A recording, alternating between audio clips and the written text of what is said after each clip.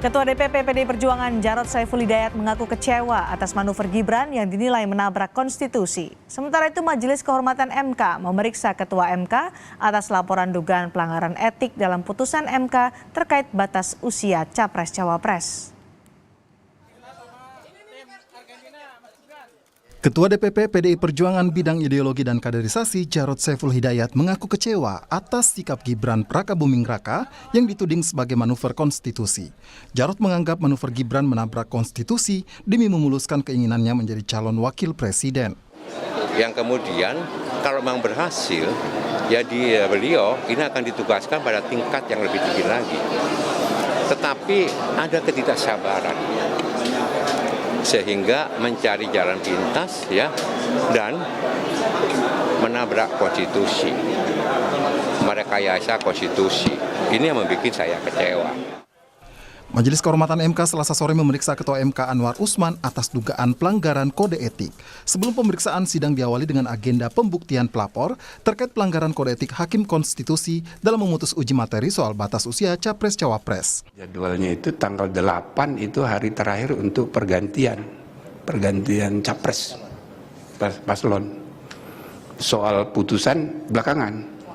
Tapi yang penting dimungkinkan putusan MK ini sebelum tanggal 8. Pertama untuk memastikan jangan nanti orang mengira gitu, oh ini sengaja diperlambat gitu, ya kan? Nah, itu jawabannya, udah kita putuskan dipercepat. Usai diperiksa Majelis Kehormatan MK, Ketua MK Anwar Usman membantah soal lobi jelang keluarnya putusan MK terkait syarat usia Capres-Cawapres. Soal dugaan memuluskan jalan keponakannya sebagai Cawapres, Anwar menyebut menyerahkan putusan itu pada Majelis Kehormatan MK. Ya kalau begitu putusannya masa begitu. Oke. Tapi enggak Pak, terkait lobby itu gimana Pak? Enggak ada tuh lobby gimana, orang putusannya dibaca sendiri. Udah baca belum putusan 9? Ya udah, oke. Poinnya klarifikasinya apa Pak? Iya Pak. Apa? Mundur. Yang mundur dari perkara 9. Yang menentukan jabatan milik Allah, Tuhan Yang Maha Kuasa. Ya. Mantan Wakil Menteri Hukum dan HAM Denny Indrayana menjadi pelapor pertama yang menyampaikan pembuktian dalam sidang pendahuluan dugaan pelanggaran etik Hakim Konstitusi yang digelar oleh Majelis Kehormatan MK. Secara tegas, Denny meminta Majelis Kehormatan untuk memberhentikan Ketua MK Anwar Usman secara tidak hormat. Menurutnya, Anwar Usman memiliki hubungan keluarga dengan Gibran Rakabuming Raka yang seharusnya tidak terlibat dalam proses pengambilan keputusan di MK. Menjatuhkan sanksi berupa pemberhentian tidak dengan hormat kepada Hakim terlapor Anwar Usman karena terbukti melakukan pelanggaran berat kode etik dan perilaku Hakim Konstitusi, khususnya tidak mengundurkan diri dari perkara yang terkait dengan anggota keluarganya, perkara yang anggota keluarganya mempunyai kepentingan langsung terhadap putusan. Mahkamah Konstitusi memutuskan perkara gugatan batas usia Capres-Cawapres dengan menambah syarat baru bagi kepala daerah yang telah menjabat atau sedang menjabat di bawah usia 40 tahun. Putusan MK itu menjadi karpet merah anak Presiden Gibran Rakabuming Raka untuk maju dalam Pilpres 2024. Tim Liputan, Kompas TV. Skor dicabut. Putusan MK terkait syarat usia Capres-Cawapres menambah norma atau aturan baru terkait Undang-Undang Pemilu menjadi polemik. Benarkah putusan itu melanggar konstitusi? Kita bahas bersama Ferry Amsari, Direktur Pusat Studi Konstitusi Universitas Andalas, dan Direktur Eksekutif Carta Politika Yunarto Wijaya untuk menganalisis politik dampak putusan MK. Selamat malam, Mas Soto, Mas Ferry. Selamat malam, Mbak Cindy. Hai, Mas Ferry, kita tahu bahwa putusan Mahkamah Konstitusi final dan mengikat. Tapi ketika Mahkamah Konstitusi menambah norma baru dalam putusannya, apakah itu melanggar konstitusi? Karena kan kita tahu uji materi itu tidak untuk menambah norma baru. Sebenarnya perdebatan soal bolehkah sebuah peradilan menambah norma dalam pengujian undang-undang itu perdebatan dari tahun 1800-an, Mbak Cindy, lama sekali. Oke. Banyak pandangan soal itu, jadi saya termasuk yang tidak mempersoalkan itu. Problematikanya adalah soal tidak konsistennya peradilan dengan putusannya sendiri. Kalau sudah ada hakim yang tidak konsisten dalam menggunakan pendekatan hukum, logika hukumnya, sudah bisa dipastikan dalam ilmu tafsir konstitusi, hakim itu punya kepentingan. Jadi kalau dia di kasus X menggunakan tafsir A, lalu di tafsir Y yang substansinya sebenarnya sama dengan kasus X menggunakan tafsir B. Dalam ilmu tafsir sudah pasti hakim itu selalu menggunakan kepentingan tertentu untuk sesuai dengan yang memesankan putusan. Kenapa bisa begitu ya? Karena logika hukumnya seorang hakim itu harus konsisten dengan cara berpikir hukumnya. Kalau dia tegak pada norma, dia akan dikenal sebagai hakim positivistik. Kalau dia memperhatikan kondisi empirik, dia akan disebut hakim progresif. Nah, tidak boleh satu waktu dia positivistik, di lain waktu dia progresif, nggak boleh, dia harus konsisten. Nah, dalam kasus ini terlihat sebenarnya banyak hakim yang tidak konsisten dengan putusan-putusannya yang terdahulu. Dulu dikatakan kalau soal batas usia harus open legal policy karena ada ketentuan di pasal 6 ayat 2 Undang-Undang Dasar yang mengatakan syarat untuk menjadi calon presiden diatur lebih lanjut dengan undang-undang. Dan itu kalau sudah didelegasikan diatur lebih lanjut dianggap sebagai open legal policy. Oleh Mahkamah Konstitusi, kalimat seperti itu diserahkan kepada pembentuk undang-undang. Mereka tidak mau menafsirkan. Serahkan kepada pembentuk undang-undang untuk menentukan. Nah, sekarang mereka berbeda. Ada dua putusan yang membedakan dengan putusan-putusan MK soal open legal policy. Pertama, putusan 112 terkait dengan pimpinan KPK. Yang kedua, putusan nomor 90 terkait dengan syarat menjadi calon presiden dan calon wakil presiden. Nah, ini yang menurut saya jadi kejanggalan yang harusnya bisa direspon oleh partai-partai tertentu untuk ditindaklanjuti. Saya dengar PDIP sudah mengajukan hak angket, mestinya konsentrasinya ke sana. Bagaimana hakim menjalankan undang-undang dengan baik dan betul-betul menjadi pengawal konstitusi, bukan pengawal kepentingan politik. Oke, jadi soal hak angket yang sekarang digulirkan oleh, tadi disebutkan oleh Mas Inton Pasaribu ya, dari PDI Perjuangan. Menurut Anda kan sejauh mana hak angket ini bisa berjalan untuk bisa menginvestigasi atau menyelidiki soal putusan MK ini? Ya, hak angket itu kan hak penyelidikan terkait pelaksanaan undang-undang atau kebijakan pemerintah yang berdampak luas. Kita tahu ini berdampak luas ya. Memang yang diuntungkan di putusan 90 hanya satu orang, yang digunakan oleh satu orang yang bernama Gibran. Yang lain tidak terdampak dengan ini. Apakah ini cara atau karpet merah untuk membuka jalan kepada orang-orang tertentu, khususnya keluarga Ketua Mahkamah Konstitusi? Maka di sanalah peran hak angket ini dilakukan penyelidikan, kalau ditemukan hal yang cukup disetujui usulnya oleh kalau tidak salah 25 orang, nanti akan ditindaklanjuti, dibentuk panitia angket, ya nanti akan dipanggil tuh diperiksa betul. Kalau kemudian mereka betul-betul memperhatikan concern waktu pemilu yang sangat dekat, saya pikir mereka akan bergerak lebih cepat dari biasanya. Dan kalau itu terbukti, saya bisa yakini ini akan berujung kepada hak menyatakan pendapat DPR. Kalau ternyata DPR menyatakan pendapat presiden terlibat melanggar hukum atau orang-orang tertentu melanggar undang-undang, ini bisa panjang ceritanya, bisa kemana-mana ceritanya. Padahal waktu pemilu kita sudah sangat dekat. Jadi menurut saya kekacauannya memang gara-gara putusan 90 ini. Kekacauannya gara-gara putusan 90, artinya hak angket juga sangat layak ya, atau pasti bisa untuk digulirkan di DPR menurut Anda? Bisa ya? Ya, PDIP kan partai partai paling besar ya, nomor 1 itu, 128 kursi itu Mbak.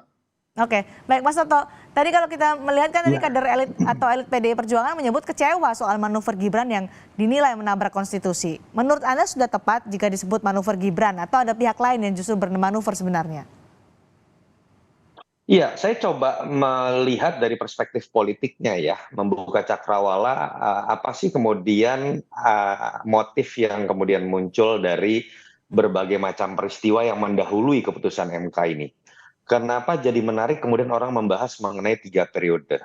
Kenapa orang membahas kemudian perpanjangan periode? Memang kita harus lihat ini dalam makna politik yang sama. Ketika muncul dalam output kritik banyak tokoh, bukan hanya PDI Perjuangan termasuk saya. Ketika kita bicara mengenai